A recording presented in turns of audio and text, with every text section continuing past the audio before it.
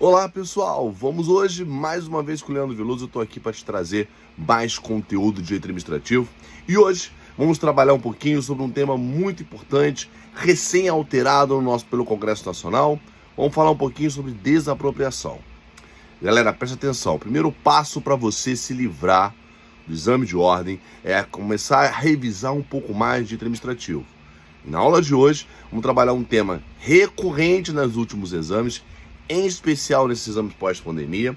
E eu, Leandro Veloso, aqui, direto da minha casa, trazendo para você aqui um conteúdo bem objetivo, para você internalizar o conteúdo de direito administrativo e acertar as 5 questões que você vai encontrar no próximo exame. Vem comigo, aquela velha história de YouTube, né? Quiser se inscrever, se inscreve, quiser apertar o sininho, se aperta. O importante é você, nesse pequeno espaço de tempo, que é o meu objetivo, de uma vez por todas, desmistificar o conteúdo de direito administrativo e, obviamente, a gente trabalhar um pouco mais de conteúdo jurídico para você acertar as questões objetivas. Beleza? Vamos lá. A ideia da desapropriação, primeiro passo para o candidato começar a enxergar melhor o tema, é justamente observar o seguinte. Bom, o que é uma desapropriação? Por que existe esse assunto? Vamos lembrar, eu vou te contar uma história para você internalizar o assunto. O Estado, ele não é um Estado absolutista. Vivemos um Estado democrático de direito. Nesse sentido, de acordo com a legislação vigente, com a norma constitucional, a legislação cria critérios e regras para que esta administração consiga atuar. Vimos nas aulas passadas como ela se organiza, vimos nas aulas passadas que ela pratica ato administrativo, porque ela tem que trabalhar. E ela é toda fomentada por servidores. Então, esta administração pública que tem que executar suas atividades administrativas. Esta administração pública que tem que observar a finalidade pública, ela não pode fugir das normas legais. Como você sempre fala, a administração só faz o que a lei manda. E aí, na Constituição, no nosso artigo 5º, nos incisos 22 ao 31, você encontra aquele capítulo dos direitos fundamentais sobre propriedade. E lá você observa que a propriedade não tem esse caráter absoluto. É interessante você guardar que não existe nenhum direito absoluto. Todos os direitos são relativos, inclusive os fundamentais. E lá no artigo 5º você encontra a propriedade. A Constituição consagra o nosso direito de propriedade. Ela garante o exercício pleno da nossa propriedade. Entretanto, o nosso direito individual, ele não se sobrepõe ao direito coletivo, por uma lógica jurídica. O quantitativo social é mais relevante para o poder público do que o nosso direito individual. Baseado nesse conteúdo, a administração vai poder intervir na nossa propriedade? Vai, mas não é do jeito que ela quer, ou de qualquer maneira. Como o nosso direito individual tem que ser protegido, eles pensaram, se o particular não cumprir a função social da propriedade, que a gente vai dizer na Constituição, aquele senhorzinho, aquela senhorazinha, vai poder sofrer, abre aspas, algum tipo de punição. Então a legislação vai garantir, por exemplo, uma desapropriação da reforma urbana, lá naquele capítulo dos artigos 182, 184 da Constituição. Então, a desapropriação ela vem com essa finalidade, tirar a nossa propriedade em prol de um bem coletivo, em prol de uma função coletiva, por causa de um motivo. Porque você, porque eu, qualquer um, não cumpriu o objetivo da propriedade. Ah, mas eu acho um absurdo o Estado intervir na propriedade privada. Beleza, mas na prova isso é possível. Tudo bem? Bom, o Estado consegue intervir de que maneira? Como eu disse anteriormente, se você não cumpre a sua função social, ele vai conseguir realizar a expropriação através de umas formas de intervenção. E a primeira forma de intervenção que retira a propriedade do particular e transfere para o poder público é a desapropriação. Chamei a tua atenção que toda propriedade tem uma função social. Função social, gente, é o objetivo. Qual é o objetivo daquela função? Qual é o objetivo daquela propriedade urbana? Qual é o objetivo da propriedade rural?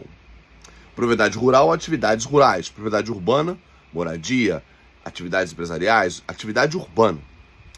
Por isto, lá no capítulo das normas programáticas da Constituição, dos artigos 82 ao 84, você vai encontrar aquele capítulo que fala sobre propriedade.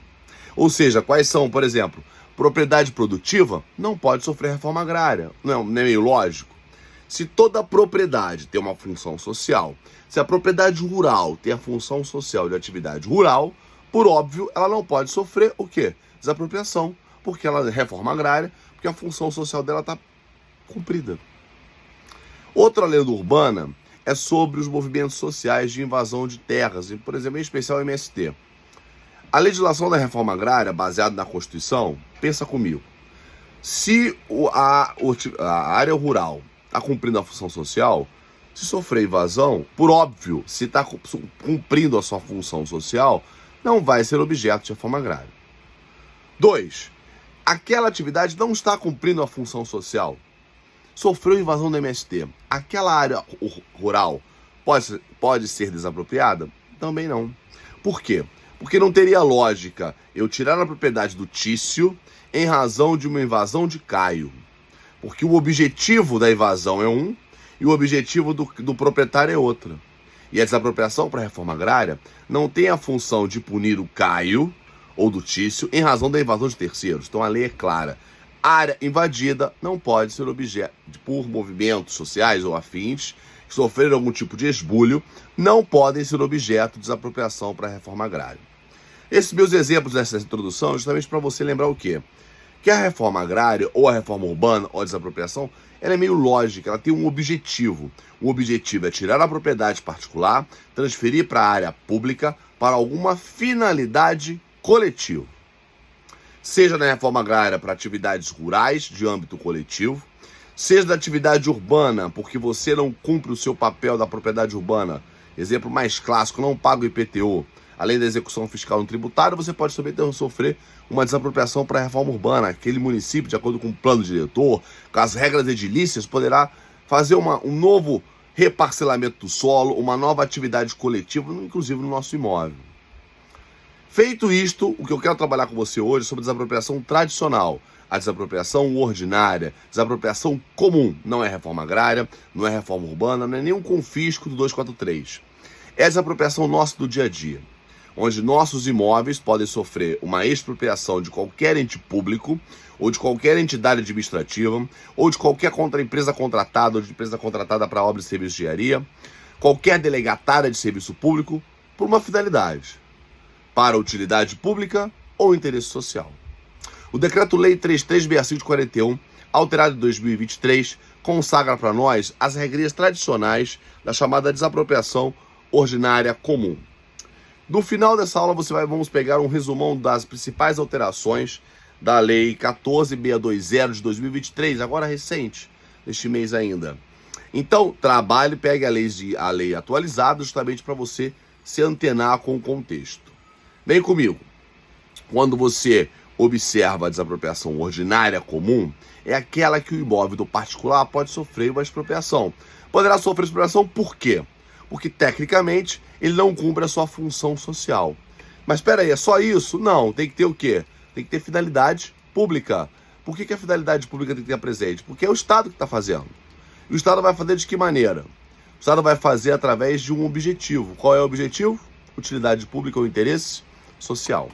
Então, você candidato, desapropriação é uma forma originária de aquisição da propriedade, ou qual a indenização prévia, justa e em dinheiro. Quem é que desapropria qualquer ente federativo, qualquer entidade da administração pública, autarquia, fundação, empresa pública, da economia mista, qualquer autorizatária considerada permissionária, que são os delegatários, inclusive aquelas pessoas jurídicas oriundas de consórcios públicos.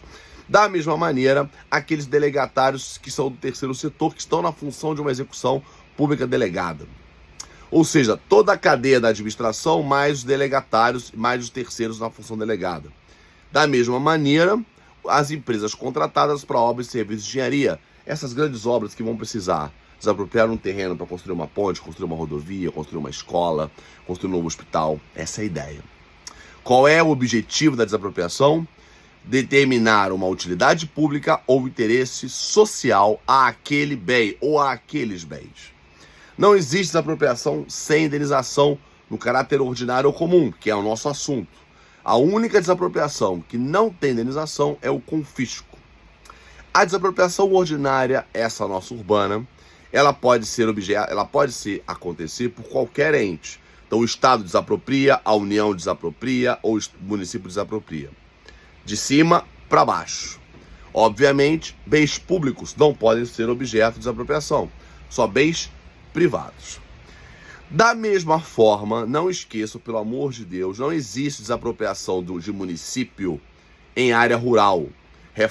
A única desapropriação rural que existe é a reforma agrária. Desapropriação edilícia, desapropriações de edifícios ou de imóveis de modo geral, elas são localizadas em município. Desapropriada pelo município, pelo Estado, pela União, ou por alguma entidade pública, ou por alguma concessionária, autorizatária, missionária, ou algum membro do terceiro setor, como eu disse anteriormente, ou empresa contratada. Ficou claro? O Estado pode desapropriar bem privado? Pode, mas vai ter que pagar primeiro para depois receber o imóvel. Vamos falar do processo já. O objeto da desapropriação é sempre uma finalidade pública, então vamos enxergar o que é a finalidade pública. Direitos sociais. Pensa em direito à moradia, pensa em transporte, pensa em saúde, pensa em educação. São esses direitos sociais inerentes ao Estado prestar à coletividade, por ela ou por terceiros, que vão garantir uma tal utilidade pública. Pega o decreto-lei para você enxergar o que eu estou contando. Da mesma forma, o interesse social são aquelas atividades que têm um fomento social, ou seja, vão garantir um desenvolvimento àquela coletividade, mas não são necessariamente não tão importantes como uma utilidade. Não são aqueles considerados indispensáveis, vamos pensar assim. Tudo bem? Dá um exemplo de interesse social. A legislação trabalha, por exemplo, com expropriações para atividades de aquedutos em atividades empresariais. Então observa que ter um interesse social vai gerar um entorno à economia, mas não é saúde, saúde e educação, que é muito direto à coletividade, com caráter muito utilitário, tá? Um sistema de aqueduto diferenciado para aquela estatal que vai desempenhar uma grande atividade nova petrolífera, né? Petrobras desapropriando uma área para construir a sua refinaria. Um exemplo bem chulo, tá? Ou seja, o interesse é um pouquinho menor, mas não deixa de ser social também, porque envolve uma coletividade. Diferente de educação, de saúde, que envolve um grupo maior de pessoas com maior utilidade à coletividade. Essa é a essência dessa diferença entre os dois conteúdos, de acordo com a jurisprudência desde 41. Bom, como é que funciona a desapropriação? Primeiro, a ação só cabe na primeira instância.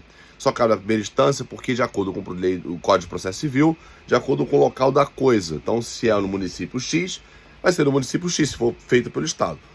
Pelo próprio município, não tem erro. Bom, só cabe na primeira instância, como diz o processo civil, res loci, né, no local da coisa. A desapropriação, por óbvio, por ser um procedimento especial, vai aplicar o Código de Processo Civil naquilo que couber. Então, nós temos lá que, após a citação, adota-se o Código de Processo Civil. Depois da distribuição da ação, o réu vai ser citado. O réu sendo citado, ele irá promover a citação do réu, vai promover o prazo para ele contestar. Na contestação, artigo 20 do Decreto-Lei, ele só pode contestar sobre o valor da ação e, obviamente, aspectos preliminares. Então, tema clássico de prova, questão repetida. O réu pode discutir o objetivo da desapropriação? Pode, através de uma preliminar. O réu pode discutir a finalidade daquela desapropriação? Pode, dentro de uma preliminar. O mérito é sempre o valor. Por quê? Porque é o poder de polícia do Estado sobre os nossos direitos individuais. Tudo bem? Qualquer bem pode ser expropriado, salvo bens públicos e também bens da administração indireta ou de empresas privadas as quais o Estado seja acionista majoritário ou não. Vão trabalhando na administração direta e empresas no qual ele é acionista, aquelas cotas não podem ser expropriadas. Da mesma maneira, nem por nenhum ente federativo, nem de cima para baixo, por óbvio. Então a lei, como é federal, ela impede que o município desaproprie ações da Petrobras. É essa a ideia, porque é de baixo para cima. Porque todo aquilo que precisa de autorização do Presidente da República ou do Poder Executivo não pode ser objeto de desapropriação. Bom, o réu vai contestar, no final vai ter um procedimento de provas, dessas provas haverá uma perícia, da perícia vai ter uma sentença. A sentença fixará juros, esses juros moratórios e compensatórios justamente por se houve alguma liminar de emissão na posse, e juros moratórios pela demora no processo. Jurisprudência clássica, tudo 6% ao ano.